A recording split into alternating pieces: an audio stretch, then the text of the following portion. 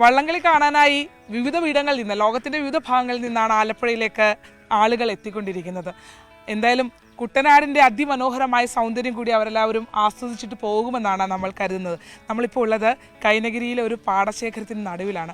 ഇവിടെയൊക്കെ ഒരുപാട് വീടുകളുണ്ടാകും. നമുക്ക് അത്ഭുതം തോന്നും ഇത്തരം വീടുകളൊക്കെ എങ്ങനെയാണ് കൊണ്ട് ഇവിടെ ഈ പാടശേഖരത്തിന് നടുവിലൊക്കെ കൊണ്ട് നിർത്തുക എന്നുള്ളത്. പലയിടത്തും വഴികളൊക്കെ ഉണ്ട്, വഴികളില്ലാത്ത വരമ്പുകളിലൂടെ നടന്നു പോകുന്ന വീടുകളൊക്കെ ഉണ്ട്. അപ്പോൾ അവിടെയൊക്കെ വള്ളംകളിയുടെ ഒരു ആഘോഷം എങ്ങനെയാണ് എന്നും ഒപ്പം തന്നെ കുട്ടനാടിൻ്റെ ഒരു ഭംഗിയും ഒക്കെ കണ്ട് നമുക്കൊന്ന് പോയിട്ട് വരാം.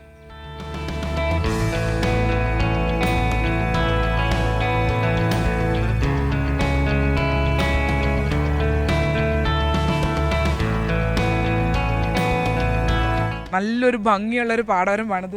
ആ കാണുന്ന വീട് ഉണ്ട്, പാടത്തിന് നടുക്കാണ് ആ വീട് നിൽക്കുന്നത്.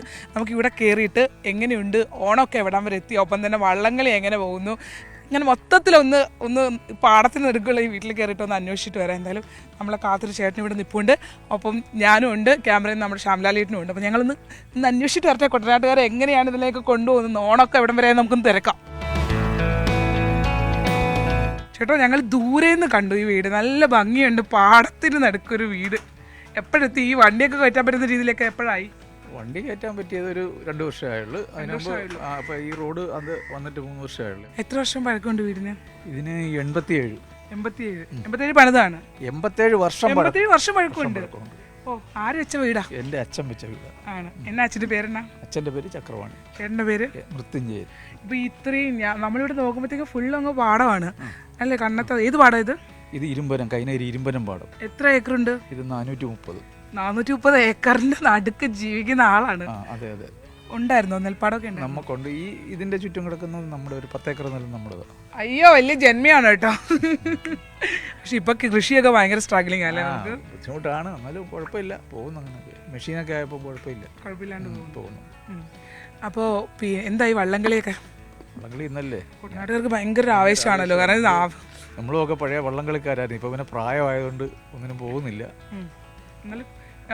ഇപ്പൊ ഇത്തവണ ഭയങ്കര കടുത്ത മത്സരമാണ്. 21 വള്ളം മത്സരിക്കുന്നുണ്ട്.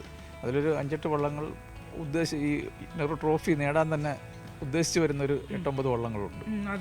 എങ്ങനെയുണ്ട് വിലയിരുത്തല്? ഞങ്ങൾ UBC-ക്കാരാ. നിങ്ങൾ UBC-ക്കാരാണെങ്കിലും പഴയ ക്ലബ്ബല്ലേ, വള്ളംകളിയോളം പഴക്കമുള്ള ക്ലബ്ബാണ് UBC. ഞങ്ങൾ UBC-ക്കാരാണ്. UBC ജയിക്കണമെന്നാ നമുക്ക്. പിന്നെ കടുത്ത മത്സരം UBC ഉണ്ട്. ഇപ്പൊ അത് കഴിഞ്ഞിട്ടുണ്ടായ കഴിഞ്ഞ തന്നെ BBC എന്നൊരു ക്ലബ്ബുണ്ട്. പിന്നെ ഇപ്പൊ പള്ളാത്തുരുത്തി പുതിയ ക്ലബ്ബാണ്, അവരാണിപ്പോ PBC. അവരാണിപ്പോ തുടർച്ചയായിട്ട് 5 വർഷമായിട്ട് ജയിച്ചോണ്ടിരിക്കുന്നത്. അങ്ങനെ മത്സരം കടുത്തതായിരിക്കും. ചേച്ചി, മാവേലിക്കരയിൽ നിന്ന് വന്ന് വള്ളംകളി കാണാൻ തുടങ്ങി. ഇപ്പൊ വള്ളംകളി എന്ന് കേൾക്കുമ്പോ എന്താ തോന്നുന്നു? ഭയങ്കര ഇൻട്രസ്റ്റ് അല്ലേ വള്ളംകളി? പോകുന്നുണ്ട് ഇന്ന്? ഇല്ല, പോകത്തില്ല, അവിടെ ഭയങ്കര ആളല്ലേ. ഇന്നിപ്പോ കേറാനൊക്കെ ഇച്ചിരി പാടല്ലേ? അപ്പൊ വള്ളം ഇങ്ങനെ തുഴഞ്ഞു വരുമ്പോ നമുക്ക് എന്താ ഫീൽ ചെയ്യുന്നത്? നമ്മുടെ വള്ളം ജയിക്കണം, UBC അല്ലേ നമ്മുടെ വള്ളം. ഇപ്പോഴും UBC-ക്ക് വേണ്ടി വീട്ടിൽ നിന്ന് പ്രാർത്ഥിക്കും അല്ലേ? അതൊരു ഭയങ്കര വികാരമല്ലേ? പിന്നെ നേരത്തെ ഞങ്ങള് ചോറൊക്കെ കൊടുക്കുമായിരുന്നു ഇവിടെ. ആണോ? എന്തായിരുന്നു അതെങ്ങനെ? തുഴച്ചിക്കാർക്കാ? തുഴച്ചിക്കാർക്ക് വള്ളം അവിടെ വരും. വള്ളം ഇവിടെ വരും. ഇവിടെ വെച്ചായിരുന്നു എല്ലാം ഭക്ഷണം ഒരുക്കിയിരുന്നത്. എത്ര നാൾ വരെ കൊടുത്തു? നിങ്ങളിപ്പോ ഇച്ചിരി പ്രായമായതുകൊണ്ടായിരിക്കുമല്ലോ ഇപ്പൊ. നമ്മൾ ആദ്യം UBC ഹാട്രിക്ക് നേടിയ വർഷമുണ്ട്. 89, 90, 91. ആ 3 വർഷവും വള്ളം ഇവിടെ കൊണ്ടുവരും. ഞങ്ങൾ ഭക്ഷണം കൊടുക്കുമായിരുന്നു. ഇവിടിട്ടായിരുന്നു ഉണ്ടാക്കുന്നത്. എന്താന്ന് വെച്ചാൽ വേറെ ആരും കാണത്തില്ലല്ലോ, അതിനു വേണ്ടി ഇവിടിട്ടുണ്ടാക്കി കൊടുക്കും. അങ്ങനെ ഓരോ വീടുകൾക്കും ഓരോ വള്ളംകളിയായിട്ട് ബന്ധപ്പെട്ട് ഓരോ കഥകൾ പറയാനുണ്ട്. ഇവിടെ UBC-യുടെ കടുത്ത ആരാധകരാണ്. മാത്രമല്ല അവർ പറഞ്ഞതെന്ന് പറഞ്ഞാൽ വള്ളത്തിന് ഭക്ഷണം, എത്ര ആളുകൾ ഉണ്ടാവുമെന്ന് അറിയാമോ? ഒരു സംഘം എന്ന് പറയുന്നത് അത്രയും പേർക്ക് ഭക്ഷണം ഒരുക്കിയിരുന്ന ഒരു വീടാണ് ഇതെന്നാണ് പറഞ്ഞത്. നമ്മൾ എന്തായാലും ഈ വീടിൻ്റെ ഒരു ഭംഗി കണ്ടാണ് ഇങ്ങോട്ട് കയറിയത്. അപ്പോൾ വള്ളംകളിയുമായി കൃത്യമായി ബന്ധമുള്ളൊരു വീട് കൂടിയാണ് എന്നുള്ളതാണ്. അങ്ങനെയാണ് ഓരോ വീടും അല്ലെ? കുട്ടനാട്ടിലെ ഓരോ വീടും അങ്ങനെയാണ് എന്നുള്ളതാണ്. എന്തായാലും അതിമനോഹരമായ കാഴ്ചകൾ, ഒപ്പം തന്നെ വളരെ സ്നേഹം പങ്കുവയ്ക്കുന്ന മനുഷ്യർ, ഒപ്പം അവർക്ക് വള്ളംകളിയുമായി കൃത്യമായ ബന്ധവുമുണ്ട്. ഇപ്പോൾ കുറച്ച് പ്രായമൊക്കെ ആയതുകൊണ്ട് അങ്ങോട്ടൊക്കെ ഒന്ന് എത്തിപ്പെടാൻ ഇച്ചിരി പാടുണ്ട്, മഴയും കാര്യങ്ങളും ഒക്കെ ആയതുകൊണ്ടാണ് അങ്ങനെ നിൽക്കുന്നത് എന്നാണ് പറയുന്നത്. എങ്കിൽ പോലും മനസ്സിലിരുന്ന് അവിടെ ആ ഒരു പുന്നമടയുടെ നെട്ടായത്തിൽ ആ വള്ളം ഇറങ്ങുമ്പോൾ UBC-ക്ക് വേണ്ടി അവർ വിട്ടിരുന്ന് പ്രാർത്ഥിക്കും എന്നുള്ളതാണ് അവർ പറയുന്നത്.